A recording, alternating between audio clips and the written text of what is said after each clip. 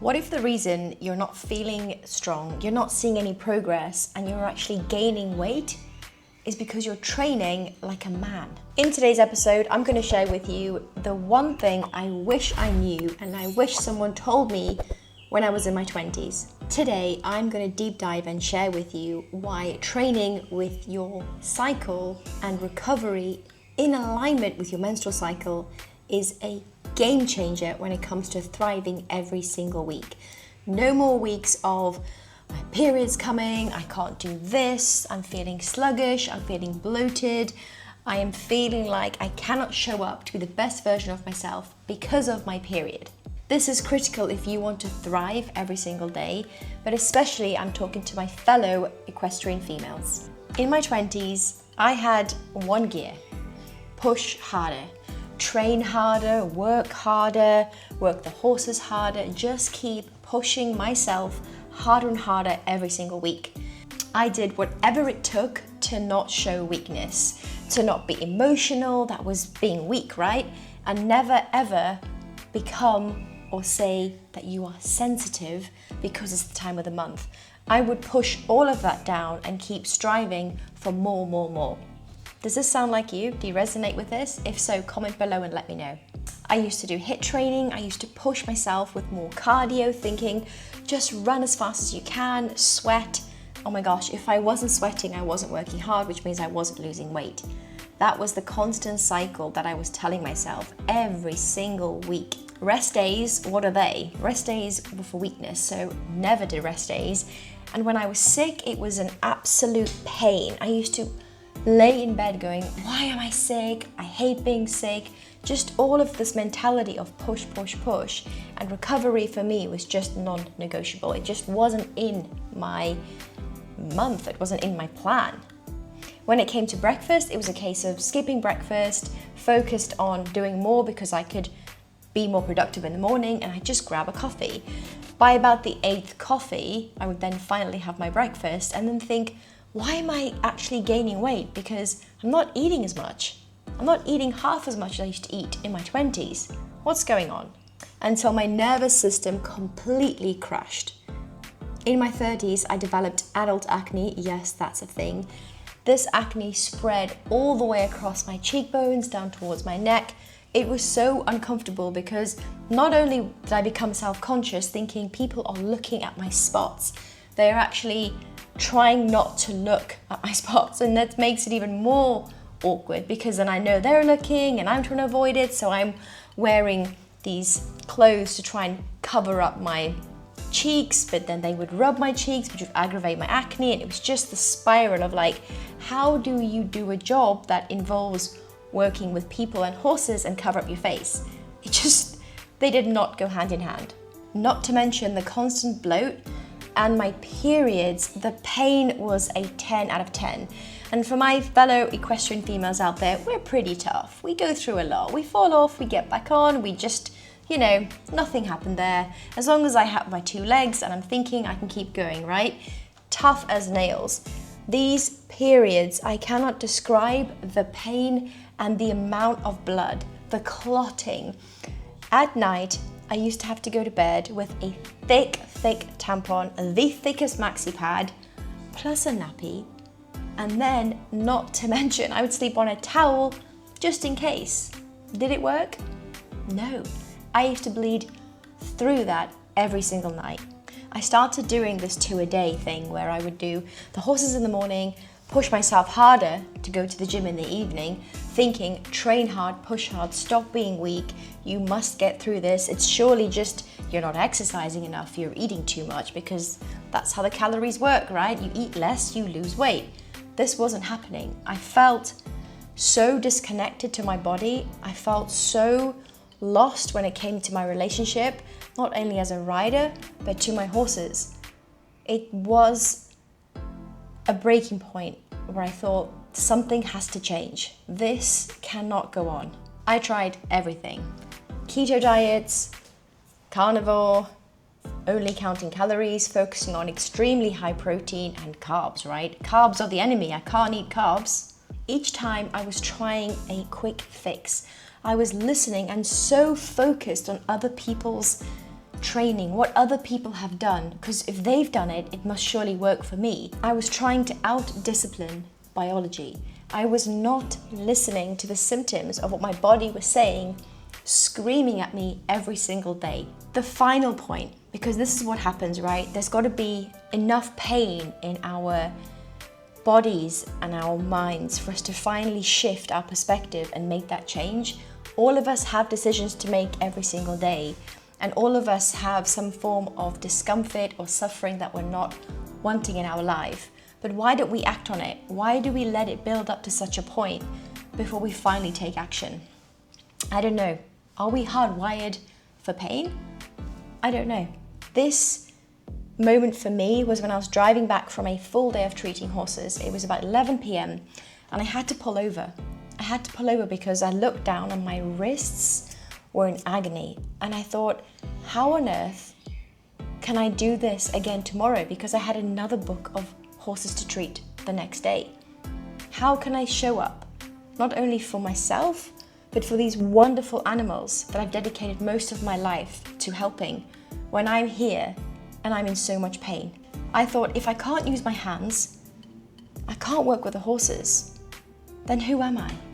And this absolutely freaked me out. It was then and there that I was like, this has to change. I cannot and will not keep going. And this was my shift. This was my shift in direction. Here's what I shifted, and this is now what I'm dedicating my hours and my time of my week to helping more equestrian women, because we are passionate about horses, we love them so much, but at the cost of our own health, at the cost of burnout, we are losing as an industry, as an equestrian industry, so many talented women, because women are pushing themselves to a point and feeling so disconnected to themselves, they end up burning out, they end up getting injured because of this. And I'm on a mission to stop this. There is a need for women to reconnect with what we have, which is our hormones. Our hormones are not there to destroy us. They are there to tell us what's happening in the environment, externally, internally, and with practical tools. These practical tools, which I'm going to share with you today, is how I help women thrive for you, for yourself, so that it's not the same routine for me that'll work for you. There's not the same routine that's worked for your mum that'll work for you, or your grandma, or your best friend. It has to be individual to you. So let's get into it. Number one is I started tracking my cycle, and not just, okay, I bled a week ago, so who knows, it must be on day 7 or 8. No. Every day, tracking my cycle, what day I'm on, taking it one step further. How am I feeling today? What mood am I in? Because do you know what, ladies? It's okay to have a mood change. You have ever-changing hormones in your body. Of course you're going to feel slightly different. Of course you are. There is no point blaming yourself, going down the self-sabotaging route, going into the whole pushing yourself harder. There is just the connection of understanding yourself and listening to your symptoms. Going into what training you did for the day.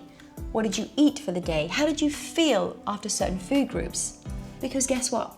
As your hormones change every single week, sometimes daily, you can eat certain foods that can actually make you feel better about yourself, reduce your bloat, reduce the fatigue, reduce the brain fog, actually give you more energy instead of feeling like you're weak, or instead of feeling that you just need to have a cry. Number two is I started aligning my training with my cycle. Now, let's get one thing straight.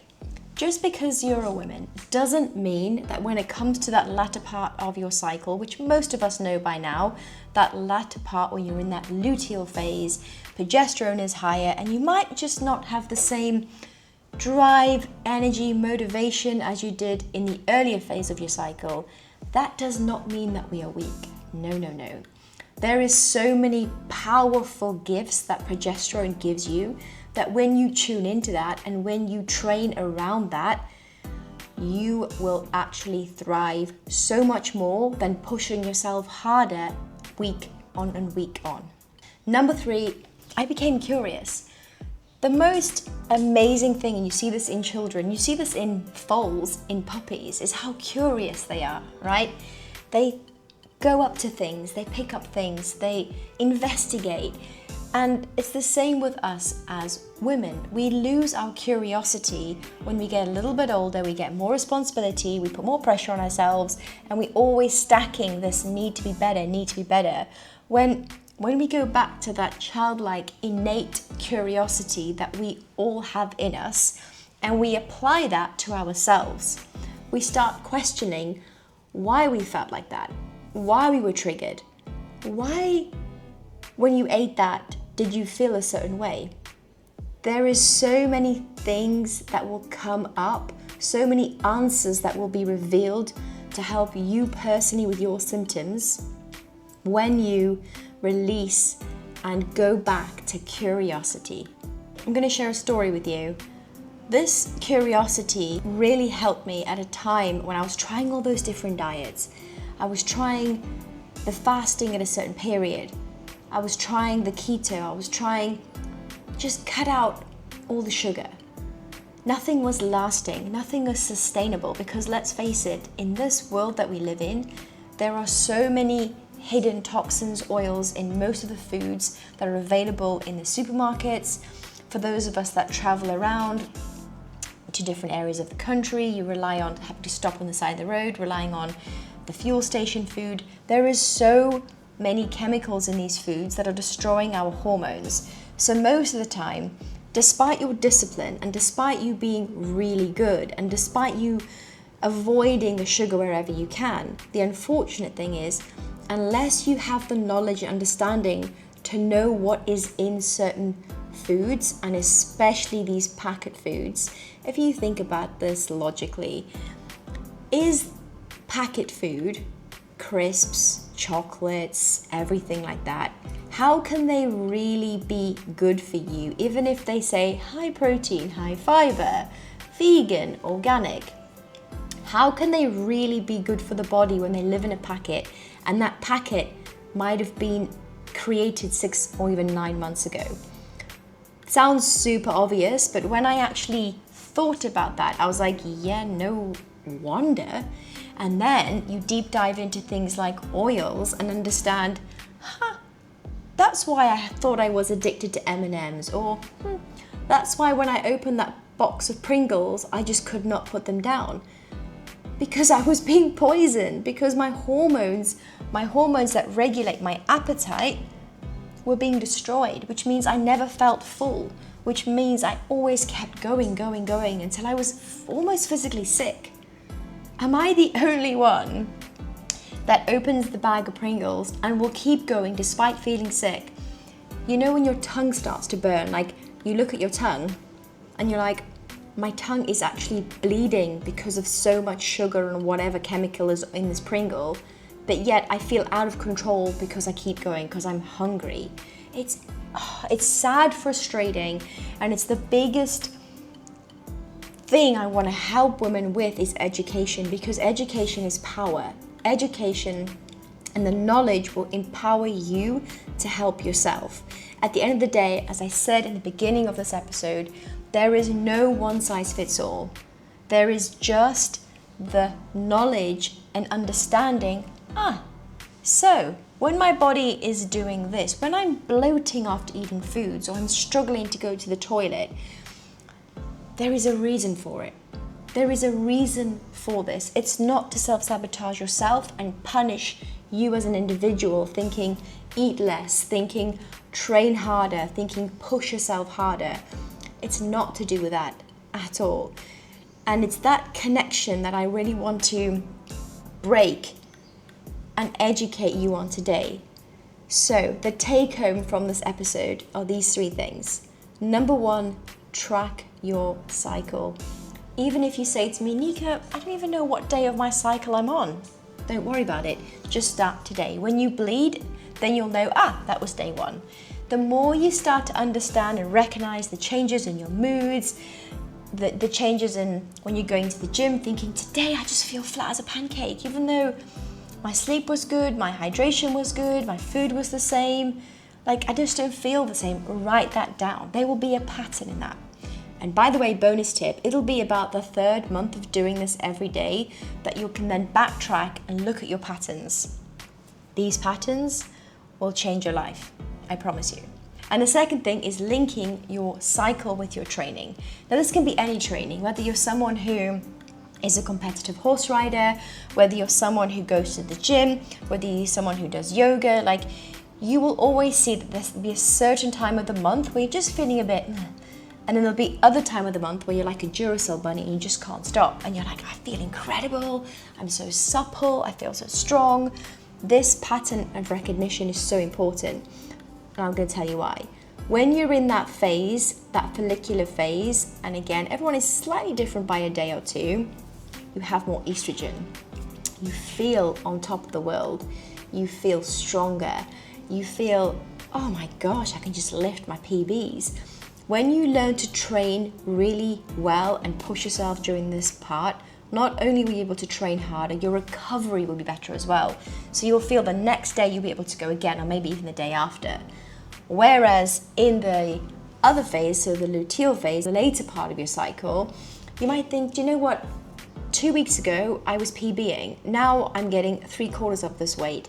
Yeah, there's a reason. Now, this doesn't mean that you need to curl up in a ball and not do any weight training, or you can't do walking, or you can't do your exercise, you can't ride your horse. That's not what we're saying. We're not saying as women that you need to completely go into a ball because you're in that later phase of your cycle. Not at all. You can still be the best version of yourself. You can still see improvements in your body, in your mind, in your training with your horse during this phase. The only difference is to be kinder to yourself, and if you're going to the gym, lower the weights and do more reps. Give yourself bigger training gaps, have more recovery days, have more days of stretching, have more mobility days, have more days of self-compassion. And when we learn how to do this, not only will you be less ill in the future, you will protect yourself from injury. You will recover quicker if you do pick up any form of viruses or flus, things like that. And your injury will be so much more reduced. And as women, especially over the age of 30, the increase and the risk of things like ACL injuries are through the roof. And it's subjective, from my opinion, looking at the research. It's because we are anatomically different to men. We have wider pelvises, so that is of course going to affect how we load. We are designed to have kids, so that's why our pelvises are slightly bigger, wider. We have more storage of fat, so we're going to utilize energy differently to guys. So when I say stop training like a man, it's because I mean stop training like a man. Men don't have a menstrual cycle. We have this great gift of a cycle. Let's start tracking it, let's start understanding it, and you will see every week, every month, and year on, how much more stronger you are as a person, how much more confident you are, because you understand your body. You don't need to train harder. It's about training smarter, like the powerful, cyclical, intuitive woman that I know you are. If you resonated with this today, drop a comment below and tell me what phase of your cycle you are in and how you're feeling today. I'd love to know.